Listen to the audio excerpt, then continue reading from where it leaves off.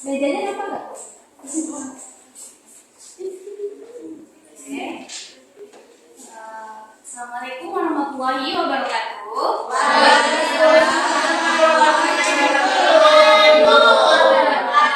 Hari ini kita belajar bahasa Indonesia kan? Ya. Oke. Sebelum itu, Ibu mau ketua kelas untuk mempersiapkan kelasnya. Baik, sebelum belajar berdoa mulai. Berdoa selesai. Bagaimana perasaan kalian hari ini? Sudah siap untuk belajar? Ya, sudah siap. Ada yang sakit? Yang nggak enak badan? Yang belum sarapan? Siapa yang belum sarapan? Saya. Kenapa nggak sarapan di rumah? Bisa Delia? Oke. Sebelum mulai pembelajaran, Ibu absen dulu ya. Ada yang nggak hadir nggak hari ini? Ada Bu. Ada Bu. Agnes. Siapa yang nggak hadir?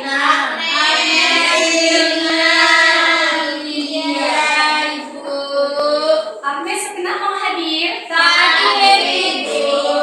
Sakit. Widya? Sama Ibu. Sakit Ibu.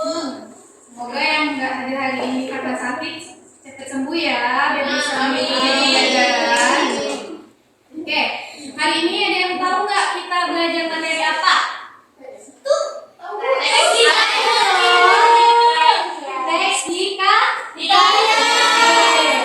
hikayat. Sebelum Ibu masuk ke pembahasan yang tentang materi hikayat, Ibu akan memberitahukan tujuan pembelajaran kita pada pagi hari ini. Nah, tujuan pembelajaran pada pagi hari ini itu adalah melalui kegiatan berbicara dan mempresentasikan, murid mampu menceritakan kembali isi teks hikayat secara lisan, disertai penyampaian nilai moral yang terkandung di dalamnya secara runtut, jelas, dan percaya diri. Nah, setelah kalian tahu tujuan pembelajarannya, kalian pernah dengar nggak hikayat sebelumnya? Tidak. Ada yang dengar? Baru. Oke. Berarti pada belum tahu ya? Iya, belum. Oke. Kalau belum tahu, Ibu akan membahasnya terlebih dahulu sebelum kita masuk ke berbicara. Karena hari ini kita kemahirannya berbicara dan mempresentasikan. Nanti kalian akan Ibu tunjuk secara acak untuk maju ke depan ya. Nah, jadi topik pembahasannya pada hari ini adalah kita mempelajari tentang pengertian dan ciri-ciri teks hikayat. Selanjutnya kita mempelajari juga nilai-nilai dalam teks hikayat. Nah, yang terakhir seperti yang Ibu bilang tadi, menceritakan kembali secara lisan di depan kelas. Nah, itu dia topik pembelajaran kita pada hari ini. Nah, langsung saja lanjut ke pengertian hikayat. Nah, ada yang mau menyampaikan nggak apa ini pengertian hikayat? Siapa? Saya. Oke, Dere silakan. Saya adalah pada siswa Melayu kelas berprofesi berkisah cerita atau dongeng tentang tokoh istana, raja, bangsawan maupun pahlawan dengan berbagai peristiwa yang seringkali dilengkapi unsur keajaiban, kesaktian dan hal-hal luar biasa. Iya, benar. Jadi apa sih hikayat itu? Hikayat adalah hikayat adalah karya sastra Melayu klasik yang berbentuk prosa. Berbentuk prosa yang berisi kisah, cerita, atau dongeng tentang tokoh-tokoh istana. Apa aja selain istana? Ada apa? Raja.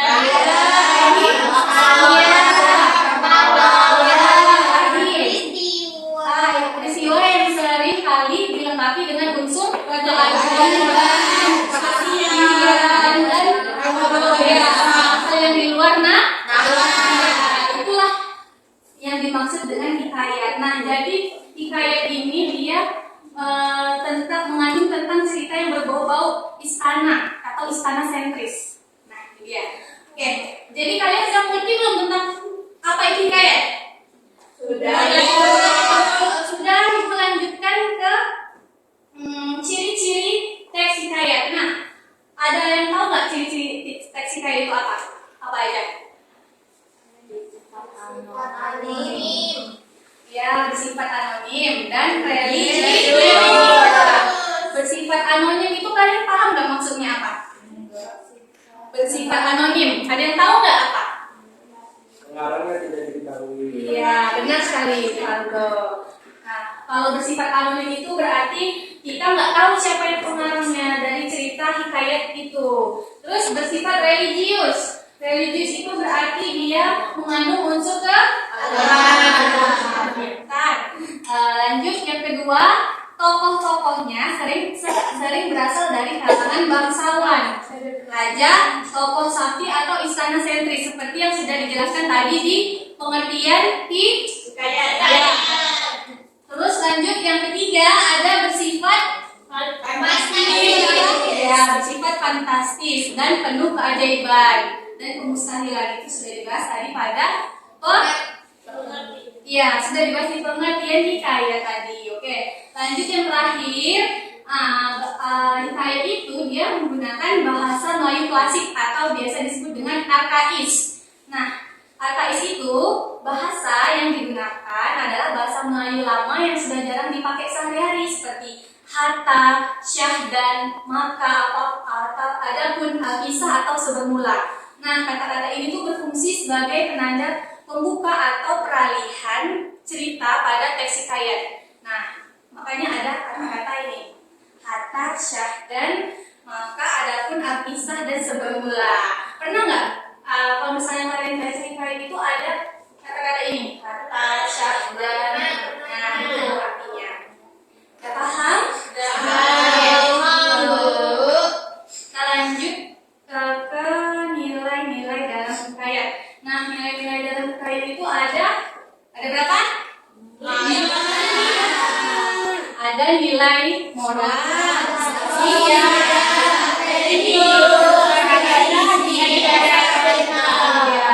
Nah, kalau nilai moral itu ada apa aja sih, Tere? Ikutin satu-satu. Kalau nilai moral itu ada apa aja sih? Ada kejujuran, keberanian, dan kesetiaan. Iya, itu nilai moral. Kalau nilai sosial itu ada apa sih, Anissa? Ada apa aja? Gotong royong dan persatuan itu. Iya. Kalau nilai religius ada apa sih? Ada ketaatan beragama, terus ajaran akhlak. Iya, itu tadi nilai religi. Kalau nilai tradisi apa, Nanda? Nilai tradisi ada apa aja? Upacara, tata krama, dan aturan hidup. Iya. Terus lanjut nilai estetika. Ada yang mau Ada yang tahu nggak nilai estetika itu apa? Saya. Oke, Aisyah dulu. Nanti Dewi yang ditunjuk ya. Nilai estetika ada apa, Aisyah? Ada bahasa, seni, pakaian, kesusastraan. Iya, pintar. Berarti kalian sudah sangat bagus, sudah paham ya berarti ya? Sudah. Oke.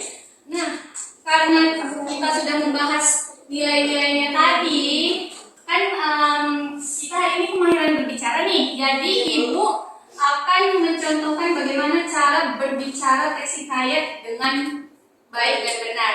Nah, langkah-langkah berbicara teks hikayat itu tentunya kalau kita berbicara, suaranya harus bagaimana? Pengucapan kalimatnya harus bagaimana? Vokalnya harus bagaimana? Pintar sekali Ibu. Jadi kalau misalnya kita bercerita itu harus jelas ya, jangan terbata-bata ya. Oke. Jadi Ibu akan contohkan dulu bagaimana caranya kita berbicara teks hikayat. Nah, di sini Ibu ambil contohnya itu hikayat si miskin. Nah, jadi seperti ini. Alkisah pada zaman dahulu kala hiduplah sepasang suami istri yang sangat miskin di pinggiran sebuah kerajaan besar mereka. Nah, dia ini dipanggil orang si miskin dan istrinya. Nah, setiap hari keduanya berkeliling kampung meminta-minta makanan. Namun orang-orang di sekitarnya sering mengusir dan melempari mereka dengan batu serta air. Maka pada suatu hari tatkala si miskin dan istrinya sedang duduk kelelahan di bawah pohon besar, turunlah seorang malaikat yang menyerupai orang tua berpakaian putih bersih. Berkatalah orang tua itu dengan berkata seperti ini, "Hai si miskin, janganlah engkau berputus asa. Pergilah engkau ke tepi sungai di hutan sebelah timur, maka akan kau temukan sebuah periuk emas yang akan mengubah nasibmu." Dan si miskin pun pergi ke tepi sungai tersebut dengan penuh keyakinan. Nah, benar saja, di balik akar pohon besar ditemukannya sebuah periuk emas yang bila disentuh akan mengeluarkan makanan dan harta. Nah, sejak saat itu hiduplah si miskin dan istrinya dengan berkecukupan. Nah, hatta kabar kemakmuran si miskin terdengar hingga ke istana. Raja yang serakah pun memerintahkan bulu balangnya untuk merampas periuk emas tersebut. Namun setiap kali periuk itu disentuh oleh tangan yang serakah, periuk tersebut tidak mengeluarkan apa-apa, bahkan mengeluarkan ulat ataupun lumpur. Nah, selanjutnya marahlah sang raja semakin zalim kepada rakyatnya. Adapun tidak beberapa lama kemudian, kerajaan itu pun ditimpa bencana besar, panen gagal, wabah melanda, dan rakyat pun menderita. Sementara si miskin tetap rendah hati dan dermawan pada sesama, hidup dengan tenang dan bahagia hingga akhir hayatnya. Nah, itu tadi adalah contoh yang ibu bacakan mengenai teks hikayat. Nah, dari yang ibu bacakan, yang dari ibu sampaikan tadi, ada nggak ciri-ciri teks hikayatnya di sini? Apa itu ciri-cirinya yang kalian tahu? Ada nilai Ya. Tadi ada ini nggak yang bersifat instan service tidak di sini? Ada kerja ada nggak di sini? Berarti ada ya ciri-cirinya di dalam sini ya? Ada. Nah, selanjutnya itu ada nilai moral yang terkandung. Nah, ada yang mau nggak? Siapa yang mau menyampaikan nilai moral apa yang terkandung dalam cerita hikayat si miskin tadi? Saya, Bu. Oke, Delia. Apa itu Delia? Jadi dari yang cerita tadi Ya. ada 3. Yang pertama itu ada kesabaran dan keteguhan hati. Ya. Jadi si miskin tidak pernah berputus asa meski hidupnya penuh penderitaan dan kehinaan di mata orang lain. Ya. Kemudian ia juga rendah hati dan dermawan. Contoh dalam kalimatnya itu si miskin yang tetap rendah hati dan mau berbagi meskipun sudah kaya justru mendapat keberkahan yang terus-menerus. Ya. Kemudian yang ketiga itu ada keserakahan mendatangkan kehancuran. Ya. Dalam kalimatnya yaitu raja yang serakah dan ingin merampas milik orang lain justru mendapat bencana. Seperti itu. Oke, beri tepuk tangan untuk Delia. Bagus ya Delia. Berarti kalian sudah mengerti ya nilai moral yang terkandung dalam cerita ini? Sudah tahu belum? Yang lainnya selain Delia, sudah tahu? Sudah. Karena kalian sudah tahu dan sudah paham, Ibu akan memberikan, Ibu sudah berdasarkan asesmen diagnostik yang sudah Ibu lakukan sebelumnya, Ibu akan memanggil kalian secara acak 3 orang, yaitu pemula, berkembang, dan mahir. Nah, tapi yang untuk gak maju di hari ini akan maju lagi minggu depan, kita akan membahas ini lagi. Jadi yang gak berkesempatan maju hari ini boleh maju di minggu depan. Jadi semuanya akan kebagian di nilai. Oke. Untuk yang pemula, Aisyah, dulu ya. Nah, untuk yang berkembang, Ibu kasihkan apa namanya? Oke, Melisa. Nah, untuk yang mahir, Ibu kasihkan ke Rivaldo. Oke. Nah, jadi kalian akan berbicara di depan untuk menceritakan tentang hikayat yang akan kalian dapat masing-masing. Boleh dimulai dari yang pemula. Oke. Ibu, ya. Jangan lama ya, 2 menit aja. Kenapa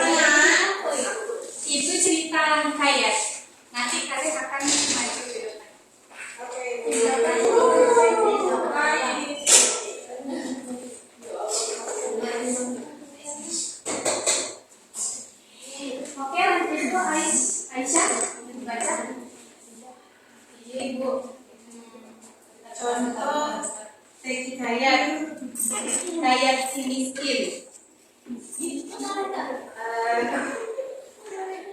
Kisah pada zaman dahulu kala hiduplah sepasang suami istri yang sangat miskin di pinggir sebuah kerajaan besar. Mereka dipanggil orang si miskin dan istrinya.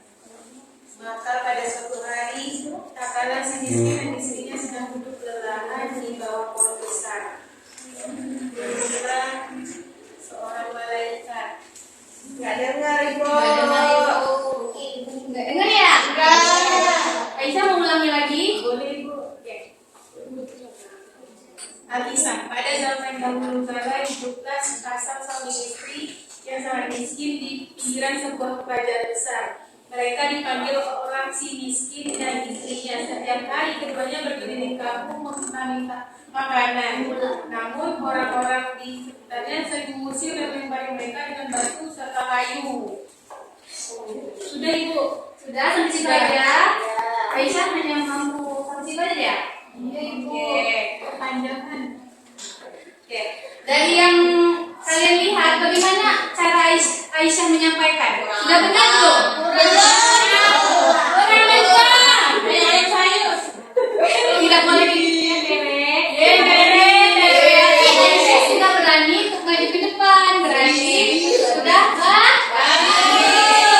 Aisyah tinggal nanti Aisyah tinggal berlatih di rumah supaya berani tampil di dapur. Oke, kamu hebat. Selanjutnya berkembang tadi siapa?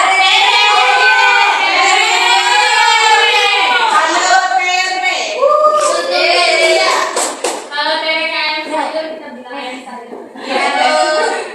Ayo Tere. Wih bagus. Wow. Hikayat pura. Jangan ketawa ya. Ya bu. Apa sih Tere nggak dengar? Teman mula adalah seorang saudagar kaya raya bernama Dermawan yang memiliki seorang anak laki bernama Biasanya bu terlalu dan dalam. rupawan namun angkuh dan sombong. Sekali Zainal bertanya dewa dan merendahkan orang-orang yang lebih miskin darinya. Nah, ada ekspresinya bu. Kecepatan. Benar. Tere tahu nggak apa pesan moralnya? Cerita dari cerita ini Tere tahu pesan moralnya apa? Kesombongan adalah awal kejatuhan. Oke, nggak apa-apa satu aja. Ada yang Tere tahu selain itu pesan moralnya apa aja? Menghormati sesama. Oke, udah itu aja. Oke, berarti apa tanggapan teman-teman tentang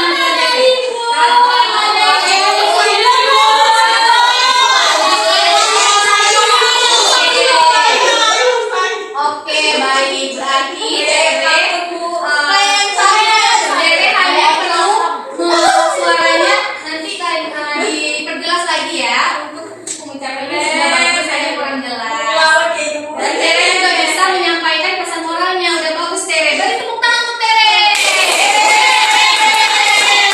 Tere silakan dulu. Oke, selanjutnya yang paling panggil Rivaldo. Pade, ayo Pade sama sini. Dan gitar. Suaranya. Hikayat Hang Tua. Alkisah, pada zaman kebesaran kerajaan Malaka, hiduplah seorang pemuda bernama Hang Tua, putra seorang rakyat biasa bernama Mahmud. Sejak kecil, Hang Tua dikenal sebagai anak yang cerdas, rajin berlatih silat, dan sangat patuh kepada orang tuanya. Dia bersahabat karib dengan 4 orang pemuda lainnya, yakni Hang Jebat, Hang Kasturi, Hang Wakir, dan Hang Teki. Oke. Pada tahu nggak pesan moral dari cerita yang pada baca apa? Ya, ini tokoh utamanya dia rajin beribadah juga dan juga menjaga pertemanan. Iya. Lagi ada yang mau disampaikan pesan moralnya? Sudah. Oke, cukup ya. Jadi tepuk tangan untuk Panco. Nah, bagaimana ada dari penampilan Rivaldo ini? Ada yang kurang? Perfect bu. Bagus. Ada yang perlu diperbaiki lagi? Ya. Oke, berarti Valdo ini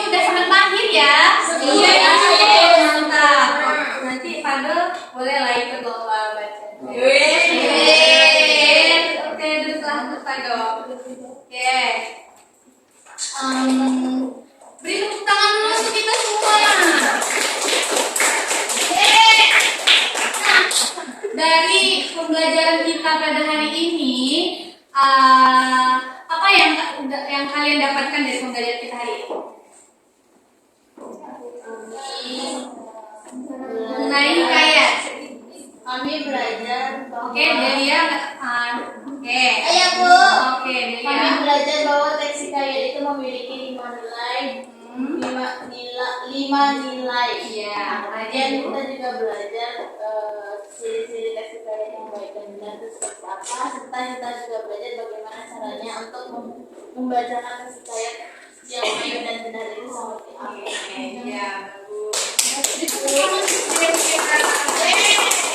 Oke, baik, berarti yang nggak Ibu panggil pada minggu ini, nanti minggu depan kita lanjutkan materi ini ya. Iya, Ibu. iya. Sebelum Ibu tutup pembelajaran pada hari ini, nah Ibu ada kata-kata motivasi hari ini. Nah, kata-katanya itu adalah dalam hikayat tokoh yang jatuh bukan berarti kalah. Yang kalah adalah yang tidak mau bangkit. Maka jangan takut salah saat berbicara di depan kelas, karena keberanian berbicara hari ini adalah langkah pertama menuju versi dirimu yang lebih hebat.